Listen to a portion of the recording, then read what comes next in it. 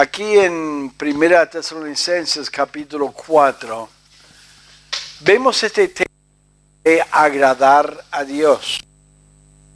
Vimos la semana pasada de una manera amplia, una manera general de la importancia de agradar a Dios, y ahora vemos específicamente cómo podemos y debemos agradar a Dios. Y quiero agradar a Dios con la santidad en un mundo perverso, un mundo inmoral. Estamos viviendo en un mundo que acepta la inmoralidad, que acepta el pecado. Tesalónica era una ciudad portuaria. En esa ciudad, en este reino romano, cualquier cosa valía en ese tiempo. Inclusive estaban acostumbrados en los templos paganos que haya inmoralidad de prostitutas de la época que les acompañaba en el tiempo de su adoración a sus dioses. Era algo aceptado, era algo normal para la gente en aquel tiempo, y vivían realmente en un mundo muy, muy oscuro, un mundo lleno de fornicación, de adulterio, de homosexualidad, de cualquier clase de perversión. Y la iglesia tenía el desafío de ser una luz en ese mundo tan oscuro. Y el mundo, la cultura, puede afectar la iglesia. Si la iglesia no tiene cuidado, pueden acostumbrarse a lo que ve alrededor y tomarlo como algo normal. Nosotros tenemos que cuidarnos de reconocer lo que está bien y lo que es agradable a Dios, y lo que está mal y lo que es desagradable a Él. Siempre con amor para el pecador, siempre amor para la gente que se mete en esas cosas, pero un rechazo y un odio del pecado, que trata el pecado con firmeza, y que no nos acostumbremos al pecado. Tenemos que seguir las instrucciones de Dios. Dios nos enseña aquí cómo podemos agradarle en esta área de la inmoralidad.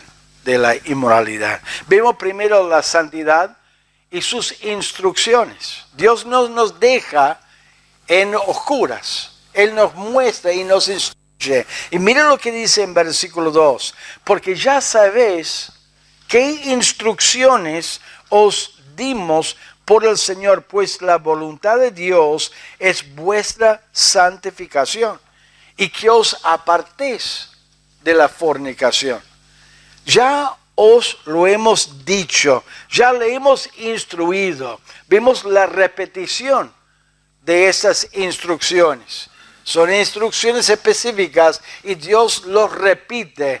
Pablo lo había repetido, ya lo había instruido, pero no tomó por asentado que lo habían aprendido bien, y los quiere recordar de esas instrucciones. Una de las leyes, digamos, del maestro, y seguramente las maestras nos pueden asegurar de que es así, en la aula, digamos, lo que es necesario es la repetición. La repetición, repetirlo. ¿Cuántos padres han dicho a sus hijos: hijo, te he dicho 10,000 veces? Y tiene que repetirlo, tiene que recalcarlo. Pablo, guiado por el Espíritu Santo de Dios, está diciendo: ya les instruimos, pero vamos a volver a hablar de este tema porque es necesario. Y si uno escucha los mensajes en la iglesia, muchas veces hay una especie de repetición. Quizás algunos dirán: pero bueno, el pastor no sabe qué decir, así que va a repetir o volver a repetir. No, tenemos mucho que decir. Este libro es inagotable, pero a veces es necesario repetir la enseñanza para que los alumnos, para que los oyentes lo capten y lo ponen en práctica. Es algo necesario. Y Pablo no solamente lo hizo con los tesalonicenses, pero también a los filipenses él dijo lo siguiente. Él dijo: hermanos, sed imitadores de mí y mirad a los que así se conducen, según el ejemplo que tenéis en nosotros, porque por ahí andan muchos, de los cuales os dije muchas veces, y aún ahora lo digo llorando, que son enemigos de la cruz de Cristo. Él mismo dice, ya les dije, muchas veces. O sea, no una simple repetición de vez en cuando. Muchas veces es necesario. Otra vez, escribió los Filipenses, guiado por el Espíritu Santo de Dios. Pedro dijo lo mismo en 2 de Pedro. Y cuando él lo dijo en 2 de Pedro, él dijo algo interesante cuando lo explicó. Él dijo lo siguiente, él dijo, sabiendo que en breve debo abandonar el cuerpo, como nuestro Señor Jesucristo me ha declarado, también yo procuraré con diligencia que después de mi partida, vosotros podáis en todo momento tener memoria de estas cosas. Él lo va a escribir, lo va a anotar y dejar algo que ya lo había dicho varias veces a ellos para que lo tengan claro y que no se olviden de eso. Por eso también él dijo más adelante, dijo Pedro, por esto yo no dejaré de recordaros siempre estas cosas, aunque vosotros las sepáis y estéis confirmados en la verdad presente, pues tengo por justo, en tanto que estoy en este cuerpo, el despertaros con amonestación. A veces alguien sabe una verdad, pero medio como que se duerme con esta verdad y lo descuida. Entonces Pedro está diciendo, les voy a recordar, aunque sé que ya lo saben, para despertarlos, para ayudarles con esta verdad y para que vuelvan a tomarlo en cuenta y que lo pongan en práctica. Este tema de la santidad y esta instrucción de la santidad, muchos de nosotros lo tenemos en cuenta y sabemos lo que está bien y lo que está mal. Pero es tan fácil quedarnos dormidos espiritualmente y practicar cosas y hacer cosas y aceptar cosas en nuestra familia, con nuestros hijos. Debemos estar advirtiéndoles y instruyéndoles y tomando una postura bíblica para instruir a nuestros hijos y no aceptar los consejos o las ideas del mundo y decir, bueno, los chicos son chicos y bueno, hacen cosas que están mal y aceptarlo delante de Dios cuando está mal. Estamos hablando de agradar a Dios. Y desagradar a Dios es algo muy serio. Y para agradar a Dios tenemos que recordar estas instrucciones que están en la palabra de Dios. Estas instrucciones hay que repetirlas. ¿Por qué? Porque son muy importantes. Mire lo que dice en 1 Tesalonicenses 4. Dice, porque ya sabéis qué instrucciones os dimos por el Señor Jesús. Esa palabra instrucciones es una palabra militar.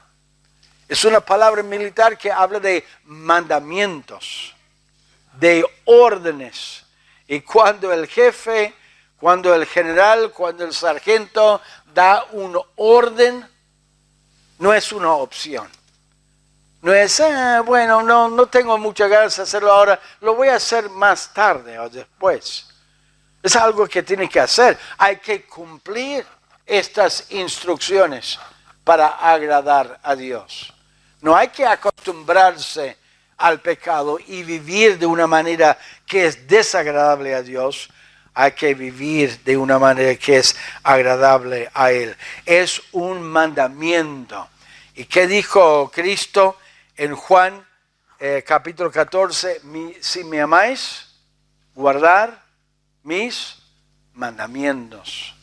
¿Cómo podemos mostrar a Dios que le amamos a Él? ¿Cómo podemos mostrar a nuestros hermanos que realmente amamos a Dios? Guardando sus mandamientos. Esas órdenes que Él ha dicho y que ha dado a sus hijos, guardando los mandamientos, así mostramos que realmente amamos a Dios, cumpliendo esos mandamientos.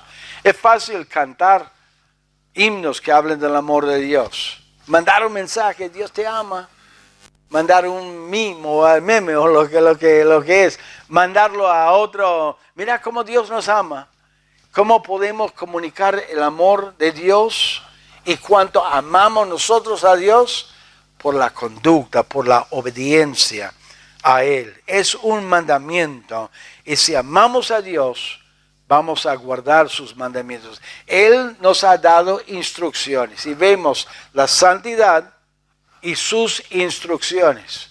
Pero número 2, vemos la santidad y su voluntad. Su voluntad. Mire versículo 3. Pues la voluntad de Dios es vuestra santificación, que os apartéis de fornicación. Esas instrucciones específicas acerca de la santidad es la voluntad de Dios. ¿Y qué significa eso? La voluntad de alguien habla de su deseo, de algo que le agrada, algo que le da placer. O sea, la voluntad y el deseo de Dios para sus hijos es la santificación. Eso es lo que le da placer a Dios. ¿Tu vida da placer a Dios? A veces uno piensa, no creo que mi vida pueda complacer a Dios. Soy una persona entre millones y millones de personas y muchos de la historia. Dios toma placer en sus hijos que cumplen su voluntad, que se preocupan por su voluntad, que oran y comprueban realmente lo que es la voluntad de Dios. Dice en Efesios capítulo 5, dice, mirad pues con diligencia cómo andéis, no como necios, sino como sabios, aprovechando bien el tiempo, porque los días son malos. Por tanto, no seáis insensatos, sino entendidos de cuál sea la voluntad del Señor. ¿Sabe que la palabra de Dios dice que un hijo de Dios que está comprobando y buscando la voluntad de Dios es uno sabio? Es uno que agrada a Dios. Y el hijo de Dios que vive para complacerse a sí mismo, sabiendo que está desobedeciendo la voluntad de Dios, es un necio. Eso es lo que dice la palabra de Dios. Y también más temprano decía, comprobando lo que es agradable a Dios.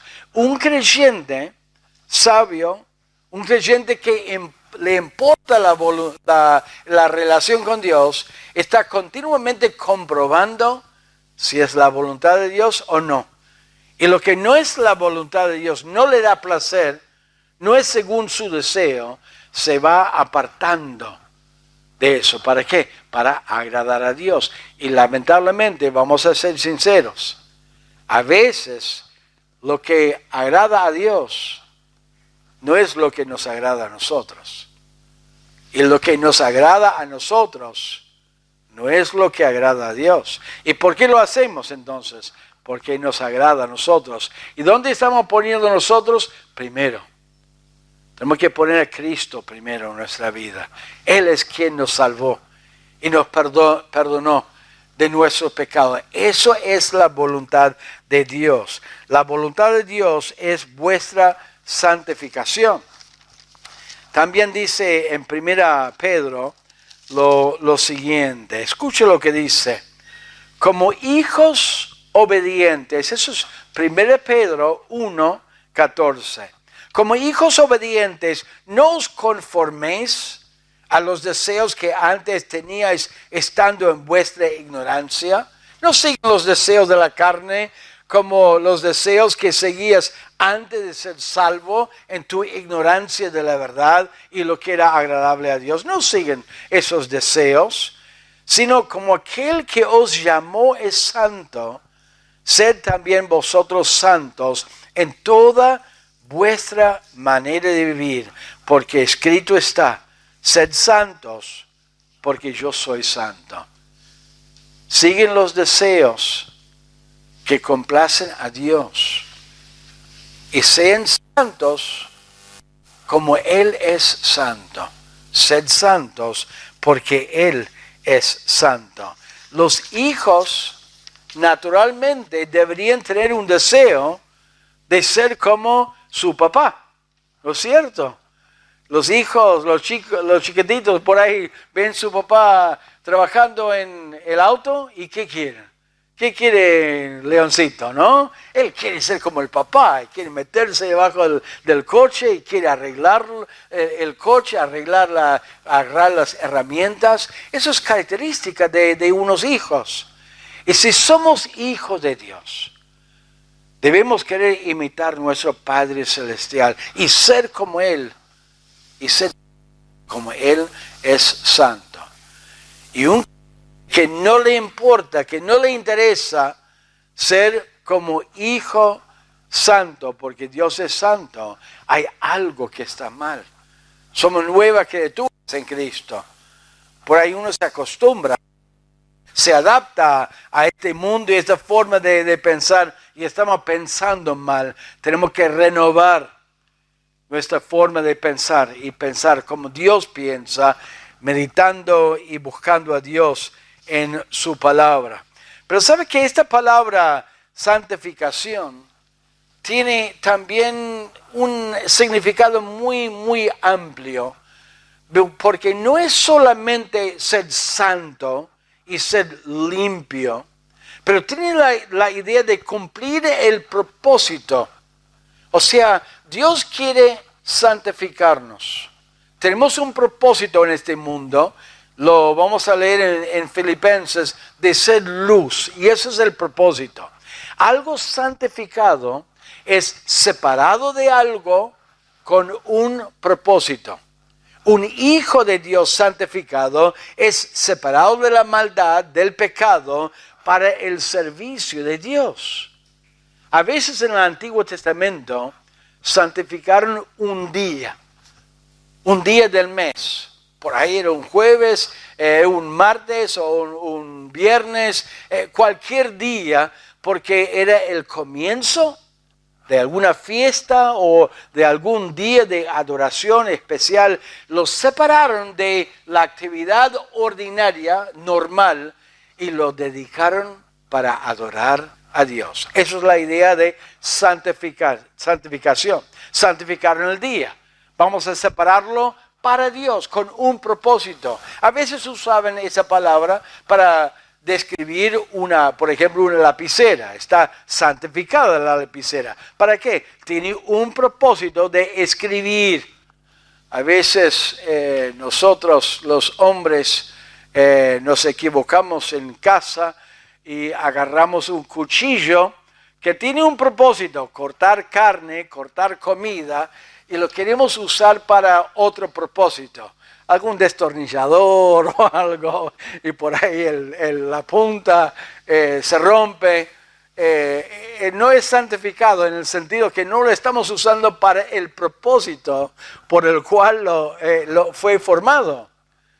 ¿Sabe que cuando el creyente vive en pecado y vive en desobediencia a Dios, no está viviendo en una manera santificada, según el propósito de Dios en la vida? Dios tiene un propósito para sus hijos, que seamos luz en este mundo, que iluminamos la mente de otros con nuestro testimonio, con nuestras palabras, y que lo apuntamos hacia Cristo. Cuando nosotros estamos en pecado, estamos separados de Dios, estamos alejados de Dios.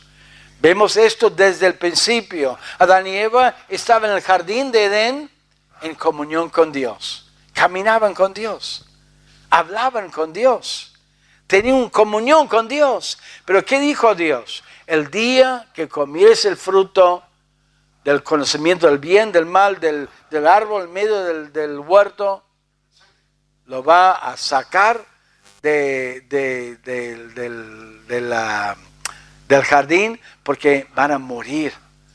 Y el día que comieron el fruto, los sacaron y fueron separados de Dios. No había más comunión, no había más diálogo, caminando con Dios. Estaban apartados, estaban separados de Dios. Y cuando nosotros, hermanos, practicamos el pecado, estamos apartados de Dios. Algunos se equivocan pensando, no, pero si yo leo la Biblia, yo puedo testificar por Cristo, como si la actividad cristiana indicara que uno estaba en comunión con Dios. Eso no indica una comunión buena con Dios. Es el diálogo, es el corazón, es la comunión con Dios.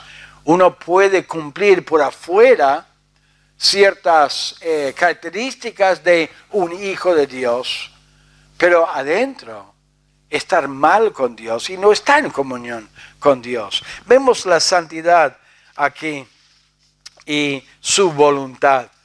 Su voluntad es que estemos apartados de la maldad con un propósito, para servir a Dios, para tener comunión con Dios y estar en comunión con Dios. Y cuando un creyente tiene comunión con Dios, se manifiesta en su forma de hablar, su forma de pensar, su forma de actuar. Uno ve que tiene comunión con Dios en su vida, la santidad y su voluntad. Y la voluntad de Dios específicamente nombrado, explicado aquí en Tesalonicenses, es que se aparten de la fornicación. La fornicación es una referencia muy amplia de la inmoralidad. Para los solteros, la intimidad sexual entre solteros, o adulterio, o aún la homosexualidad entre hombre y hombre, mujer y mujer, está mal delante de Dios. Dios no nos hizo con ese deseo. Es un deseo que viene del mundo. Y como dice en 1 de Juan, los deseos y las cosas del mundo no vienen de Dios, sino que vienen del mundo. Alguno dirá, pero pastor, alguna persona me habló y dijo que Dios lo hizo así. Dios lo hizo de esta manera, de querer a otra persona del mismo sexo. Cuando uno ve en las Escrituras que nosotros nacemos todos con una naturaleza pecaminosa. ¿Qué es natural para el ser humano? No perdonar a otros, de enojarse con otros, de mentir con otros. Así nacemos. Entonces, el hecho de nacer con un deseo que, según la palabra de Dios, que está mal, no indica que Dios nos hizo así. Es parte de la naturaleza pecaminosa, como todas las actitudes negativas e incorrectas que uno tiene cuando nace en este mundo. Tenemos que apartarnos. Tenemos que cortar por lo sano, como dice la palabra de Dios. ¿Para qué? Para agradar a Dios y cumplir el propósito por lo cual Dios nos ha hecho a nosotros. Su voluntad es algo muy serio en la palabra de Dios, la inmoralidad y la iglesia. La iglesia tiene que tomar una postura firme de eso. No odiamos los que están afuera, o los pecadores, o los hermanos, o los chicos, los jóvenes que pueden meterse en inmoralidad. Pero sí tenemos que tomar una postura firme. Acuérdense que Pablo escribió a la iglesia en Corinto. La iglesia en Corinto tenía dentro de la congregación una persona que estaba en pecado. Y lo sabían, nadie dijo nada para corregir el problema. Y no buscaba corregirlo, lo aceptaba como algo normal. Y Pablo dijo que estaban muy equivocados y que deberían tratar el tema. Y era algo muy serio. Y en 1 Corintios 5 dice así la palabra de Dios: más bien os escribí que no os juntéis con ninguno que, llamándose hermano, fuere fornicario, o avaro, o idólatra, o maldiciente, o borracho, o ladrón, con el tal ni aún comáis. Porque ¿qué razón tendría yo para juzgar a los que están fuera? ¿No juzgáis vosotros a los que están dentro? Porque a los que están fuera Dios juzgará. Quitad pues a ese perverso de entre vosotros. Era un hombre que estaba cometiendo fornicación con su madrastra. Y todos conocían y nadie los corrigió, nadie dijo nada. Y Pablo está diciendo, no, ese perverso hay que corregirlo. Y hay pasos en la palabra de Dios para disciplinar un hermano o una hermana que está en pecado en la congregación. ¿Y qué postura debemos tomar nosotros? Una postura firme, corrigiendo y animando a la gente a confesar y a arrepentirse. Acá dice que ni debería comer con esa persona, comunicarle la verdad de la palabra y después tomar una posición firme, la santidad y la voluntad de Dios. El amor a Dios es un rechazo de las cosas del mundo. La santidad y la voluntad de Dios. Y la santidad y su provisión. Dios ha provisto para que los seres humanos tengamos relaciones. ¿Y cuál es? Es el matrimonio. Mire lo que dice en Tesalonicenses. Dios puso ese deseo de tener intimidad con una persona del sexo opuesto, esa atracción, no solamente para procrear, también para dar placer. Es algo normal, no hay nada malo del sexo, de la intimidad entre un hombre y una mujer, si está dentro de los parámetros que Dios establece en su palabra. ¿Y qué dice en versículo 4? Versículo 3 dice, 1 Tesalonicenses 4:3, pues la voluntad de Dios es vuestra santificación, que os apartéis de fornicación, que cada uno de vosotros sepa tener su propia esposa en santidad y honor. Dios ha dado ese placer sexual, intimidad al ser humano con un propósito y con parámetros. Y el parámetro es el matrimonio delante de Dios, de legalizarse, de legalmente juntarse delante del gobierno que Dios establece para ser matrimonio. Eso es la solución. Eso es lo que Dios ha provisto para el ser humano. Que tenga una pareja que comparte esa intimidad y que disfruta de eso, porque Dios ha hecho todo el sistema de la procreación. Lo ha hecho de una manera para que sea algo placentero. Y en 1 Corintios dice así, 1 Corintios 7, dice, a causa de las fornicaciones, cada uno tenga su propia mujer y cada una tenga su propio marido. El marido cumpla con la mujer el deber conyugal Y asimismo la mujer con el marido. La mujer no tiene potestad sobre su propio cuerpo, sino el marido, ni tampoco tiene el marido potestad sobre su propio cuerpo, sino la mujer. No os neguéis el uno al otro, a no ser por algún tiempo de mutuo consentimiento, para ocuparos sosegadamente en la oración y volver a juntaros el uno para que no os tiente Satanás a causa de vuestra incontinencia. Dios ha dado ese placer en el matrimonio para disfrutar, y es una obligación. Nadie tiene el derecho de negar a su marido, a su esposa. El deber conyugal es algo que abre una puerta de tentación para su esposo o su esposa. Es una obligación delante de Dios. Y Dios está mirando, Dios quiere que uno disfrute de esa relación. Es una bendición y es una obligación. Debemos disfrutar de eso, disfrutarlo con honor y también en santidad. Honor y santidad. Es una bendición, es una solución a la santidad.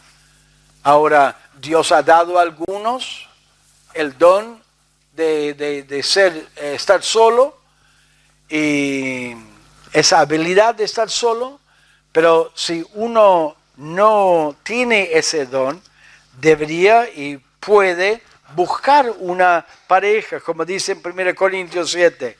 En cuanto a las cosas que me escribiste, bueno le sería al hombre no tocar mujer, pero a causa de la fornicación, cada uno tenga su propia mujer y cada uno tenga su propio marido. Es una bendición, es una opción, y uno puede examinar su vida delante de Dios, y si tiene esa necesidad, uno puede y debería tener una esposa en honor y también en santidad, y una relación con su esposo o con su esposa. Por supuesto, a veces hay diferencias, uno tiene que aprender a resolver esas diferencias para disfrutar la manera en que Dios ha provisto para que uno viva en santidad. ¿Estamos agradando a Dios con santidad en este mundo perverso, este mundo inmoral? ¿Estamos cuidándonos de las influencias que pueden torcer la mente y hacernos cambiar en nuestra postura, de una postura firme a una postura floja, de aceptar, de minimizar? Bueno, mi hija quedó embarazada, bueno, no está bien, pero bueno, quedó embarazada. ¿Sabe, pastor, cómo son los jóvenes hoy? A veces me da no sé qué cuando uno viene, dice, pastor, soy abuelo, soy abuela, mi hija tuvo familia o va a tener familia, me anunció. Y yo tengo que decirle o preguntarle, ¿pero está casada? No está casada, está con su novio, con su novia, y está contenta. Se ve que ha cambiado o ha aceptado la forma de pensar del mundo.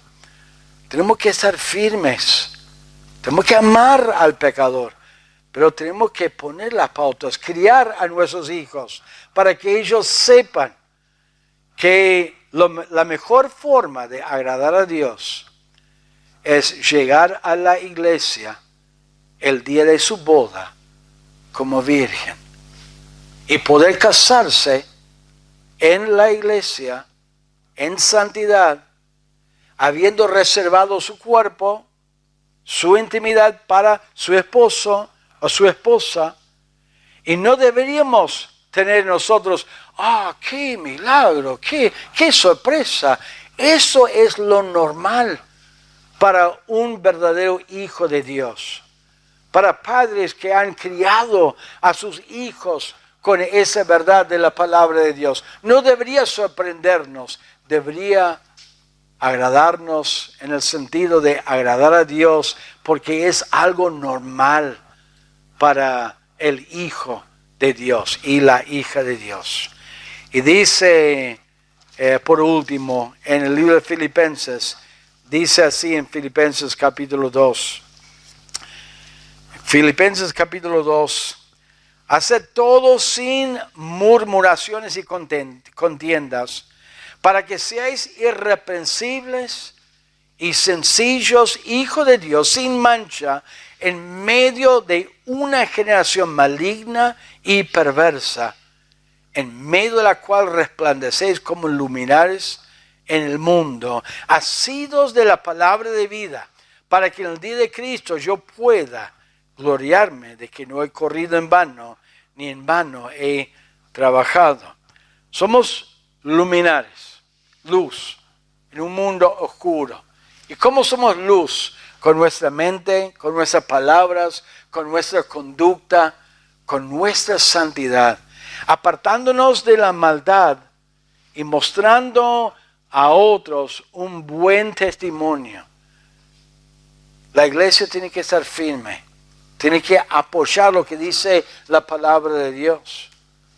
No tiene que tomar parte con alguna familia que por ahí se ofende porque uno marca el pecado y los confronta con el pecado e intenta corregir el pecado y se ofende y se va. Hay iglesias que se dividen. ¿Por qué? Porque han tratado algún pecado en alguna familia y ha afectado a otros que no tienen una postura firme de santidad en la palabra de Dios. Busquemos a Dios en santidad. Vemos las instrucciones, vemos su voluntad aquí y vemos su provisión. Hay provisión, Dios ha provisto y debemos acompañar a los matrimonios, a los jóvenes, guardándolos, instruyéndolos, poniendo un buen ejemplo y que ellos puedan entrar en el matrimonio con una vida limpia, una vida de obediencia en santidad y honor. Vamos a orar al Señor.